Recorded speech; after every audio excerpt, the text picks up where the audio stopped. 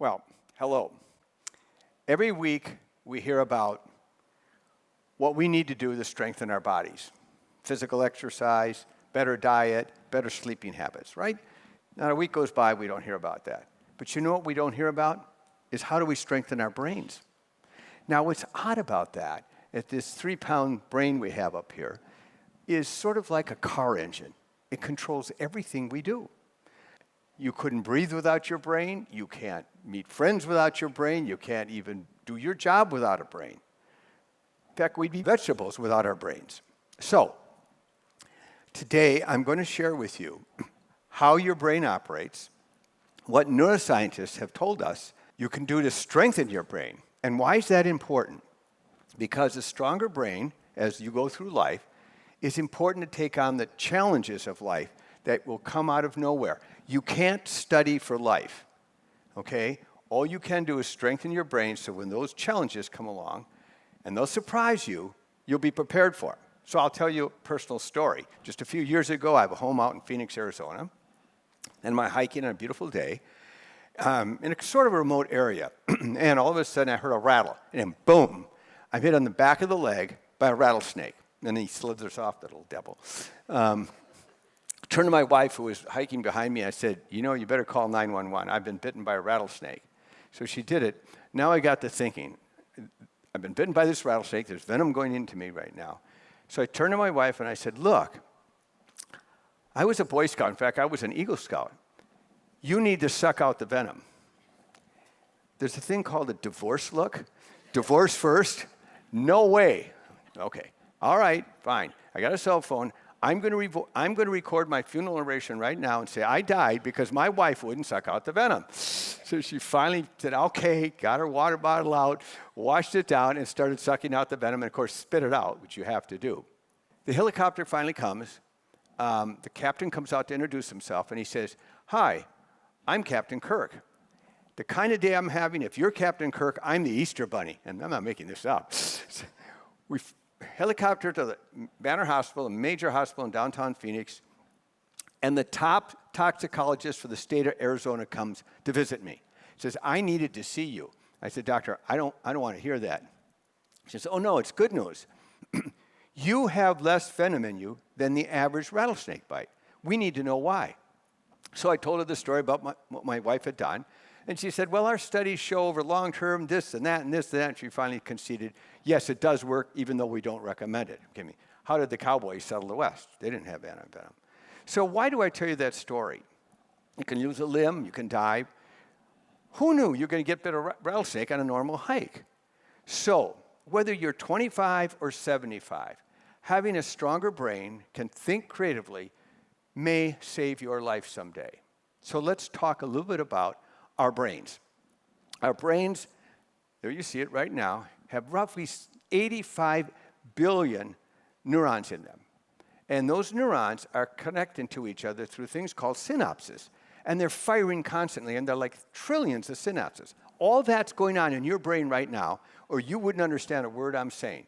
These back and forth, back and forth.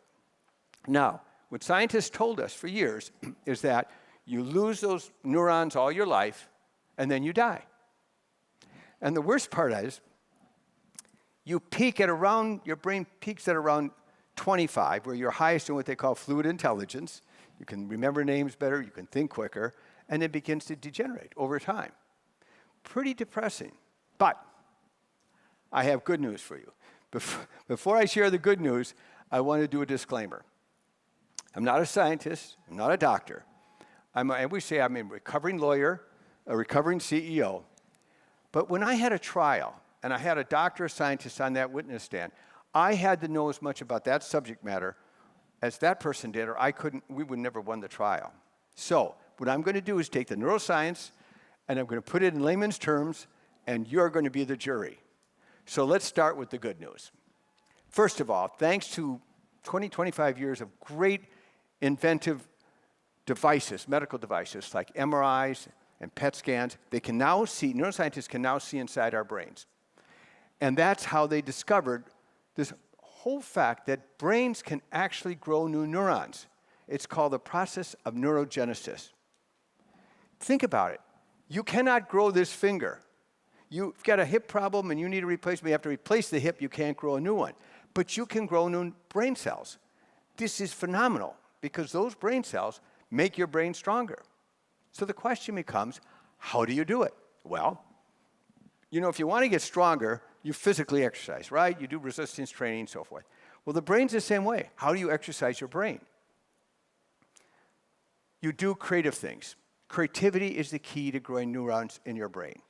Now you say, creativity, I'm not creative, I'm not an artist, I'm not a musician. Everyone think about little children when they're not long after they're first born. They start to crawl. Then they try to walk. Does anyone tell them they have to crawl or walk? No, right? They start to do it on their own. And then they begin to do the thing that's the most complex thing we will ever do in our lives. And it's all over by 5. They learn to communicate.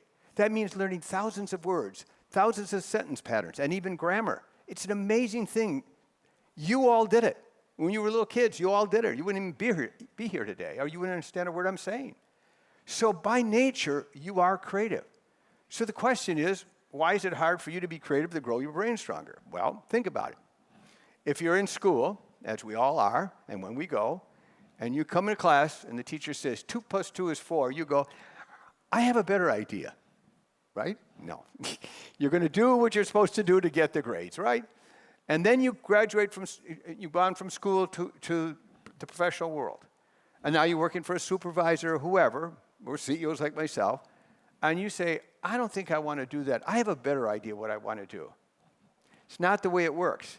The system is geared up to beat creativity out of us. It's not evil, but there's a certain amount of information you have to have, and there's certain things you have to do. But it takes that creativity out of us. So I'm here today to say, look, you are by nature creative. You just have to start bringing it out in yourselves again. So how do you do that? Well, first of all, you have to develop lifestyle changes that creative people tend to have. And I'll give you some tips, and then you can start doing them tomorrow. Number 1, solitude. Now, why do I say solitude? Well, all of us go to sleep at night, right? Hopefully you do, unless you have an exam the next morning. Now, when you, up here in the frontal, in the cerebral cortex of your brain is what I call a sort of like a governor. It's your executive function. And it's seen what I'm saying right now. It's seen memories all day long. Things are coming. It's sorting things out, making sense of the environment. When you go to sleep at night, that turns off. So right now, you're in your left side of your brain, the analytical side. And when it turns off, you flip into your right side, the creative side. That's what happens when you sleep at night. And do you ever have weird dreams? Right? You bet you do. You know why? Because your right brain is unleashed. Do you ever wake up in the morning and you've come up with some new ideas? Do you wonder why? Again, your right brain's unleashed. Have any of you gotten creative ideas being in a shower? The executive function turns off. I get it when I swim. I'm a swimmer. Ideas come to me. So turning that off is important. So every day, build solitude into your daily life. I mean, we're inundated with social media. We're inundated with texts and emails. And it goes on and on and on. Meditate, whatever. Find time every day for solitude to allow that right brain to emerge with creativity. There's another thing you can start doing. And this is going to sound a little odd, but it's build humor into your life every day. Now, why humor? If you go back thousands of years to, and this is what anthropologists say, and you're in the plains of Africa, that's where humanoids started, in East Africa, and you see people coming at you with spears, how are you going to let them know you're friendly so they don't kill you?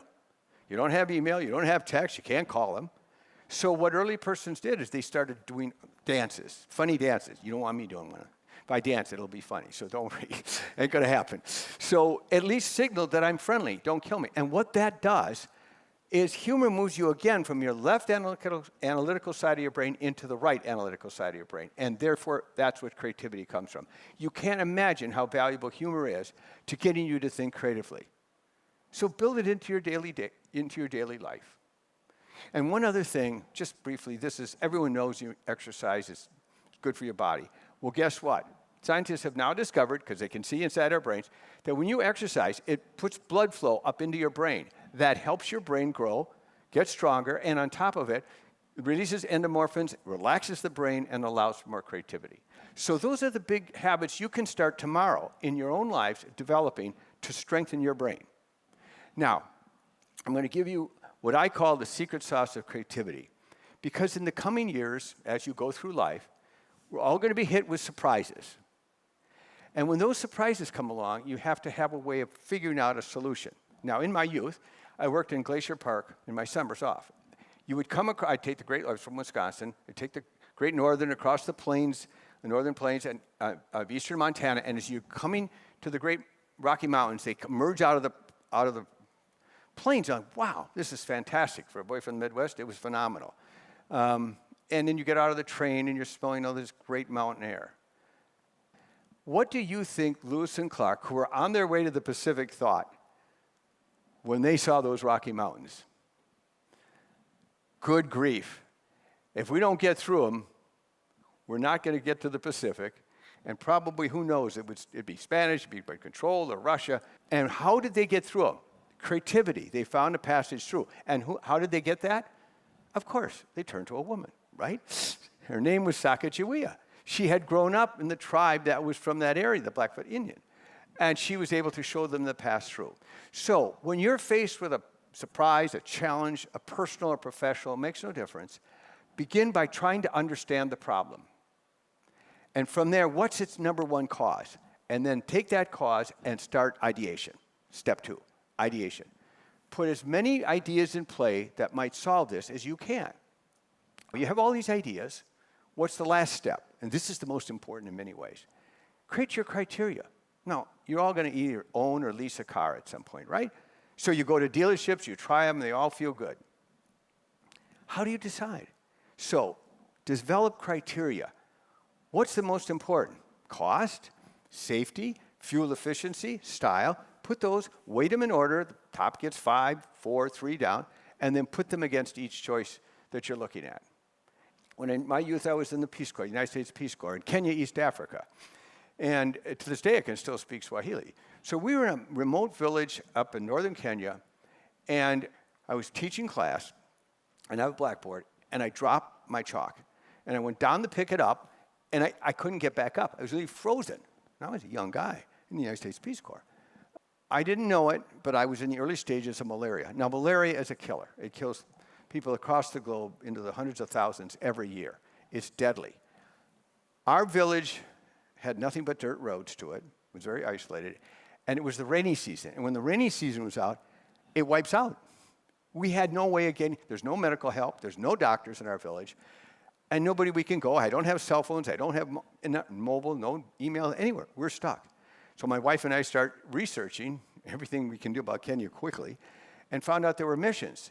And missions usually have some medical staff. They may not have doctors, but at least they can give you medical help. Sure enough, we found one not too far, within hiking distance, knocked on the mission door, none came to the door, and she took one look at me. She must have been the medical person and said, don't move. Came back with a syringe. It was so big, I think you could inoculate a horse with this thing. And she gave me a shot. The next day, I started to break the fever. If it hadn't been for that quick creative action, I wouldn't be here to talk to you today. One other thought. Dr. Sherry All from the Cognitive Research Center in Chicago says, when you strengthen that brain, create new neurons, you are like creating a bank account or a savings account or a money market for yourself. And you're storing it in your brain. And those neurons that you're storing and building will come back to help you when you need them. They may go into other parts of your brain. They may actually enlarge your brain. They're still doing that study. But create that bank. Who doesn't want a bank account? Who doesn't want a money market? You can do it. You can create those neurons yourself. I'm not saying it's easy. I'm studying Spanish. Why? Because it's creating more neurons in my brain. Take up a musical instrument, whatever. If you're in a course and I don't want to take that course, that's too hard. I don't think I'll do it. Excuse me, take it. Because it's going to grow neurons. It's going to help you grow your brain and make it stronger. Now, there's another benefit here to growing that stronger brain of yours. And I call this the double bottom line. Human happiness. What is human happiness? By the way, my undergraduate was in philosophy. That's why I went on to become a lawyer. What do you do with a philosophy degree, right? But Aristotle, thousands of years ago, said human happiness comes from setting a goal and achieving that goal.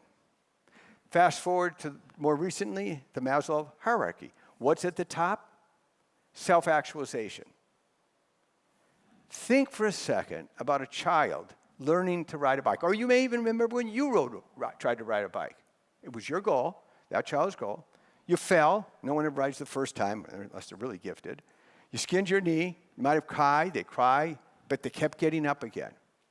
At some point, they get airborne on that bike. And when they get airborne on that bike, now the world opens. They can leave their home block. Nothing can substitute for the happiness they feel in achieving that goal. So there's this double value to growing those neurons in your brain and the challenges. It's not going to be easy. Which brings me to a last and final point. You know, we all know about in life ahead, we don't know what's going to happen to us as we do through this journey. You know? But we do know one thing, that people experience terrible loss. It's called post-traumatic stress syndrome. And we understand that. Violent, horrible things happen. But you know something? I've seen enough over my lifetime, which I call post-traumatic growth, where you recover, use your creative talent to recover from those tough blows of life, whether you lose a loved one, didn't get the job you wanted, or lost the job you wanted, whatever those tragedies come, there can be post-traumatic growth. A movie, you can still find it. It's called Little Miss Sunshine. She's talking to her grandfather and said, "You should be so proud. What do you remember most of all the great things you've done with your life?" And she said, "You know, Little Miss Sunshine, I'm proud of those things, but you know what I remember the most? I remember most when I was knocked down by life. I dealt a hard blow, and I got back up. I got back in the game." So that's what you'll remember most as you go through life. And if you have a stronger brain, more neurons in it, you'll be able to navigate those challenges. So I wish you best on your creative journey. Start tomorrow, and I'll be your #1 cheerleader. So thank you.